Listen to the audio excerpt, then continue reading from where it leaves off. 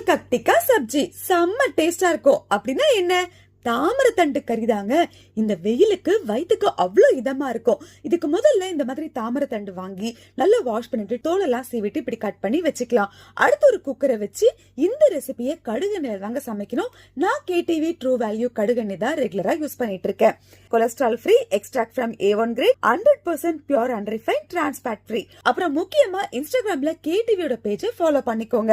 இந்த எண்ணெயை விட்டு எண்ணெய் சூடானதும் பட்டை, லவங்கம், ஏலக்காய், பிரிஞ்சி இலைன்னு ஹோல் ஸ்பைசஸ் எல்லாத்தையும் போட்டு நம்ம வெட்டி வச்ச தாமரை தண்டியும் சேர்த்து நல்ல ஒரு வதக்கி இதுலயே 4 மிளகு, இடிச்ச சோம்பு, தேவையான அளவுக்கு உப்பு, ஒரு சிட்டிகை மஞ்சத்தூள், இது எல்லாத்தையும் சேர்த்து 2 டம்ளர் தண்ணியை விட்டு ஒரு கிளறி குக்கரை மூடி போட்டு 5 விசில் விட்டு இறக்குனீங்கன்னா நல்லா வெந்திருக்கும். இப்போ ஒரு கடாயை வச்சு வெந்த இந்த தாமரை தண்டை அப்படியே இதுல ஊத்திட்டு 1 ஸ்பூன் தனியாத்தூள், மிளகாய் தூள், கொஞ்சம் போல கசூரி மேத்தி, ஃப்ரெஷ்ஷான புதினா இலை, 2 ஸ்பூன் அளவுக்கு முந்திரி பொடி எல்லாத்தையும் சேர்த்து அப்படியே நல்லா கொதிக்க விடலாம். இப்ப ஃபைனலா ஒரு 1.5 கப்பு தயிரை அப்படி நல்லா கடைஞ்சி இதுல விட்டு லைட்டா பபிள்ஸ் வரும்போது கொத்தமல்லி தழைய தூவி இறக்கினா சும்மா கமனு கமல் கட்டிக்கா சப்ஜி ரெடி.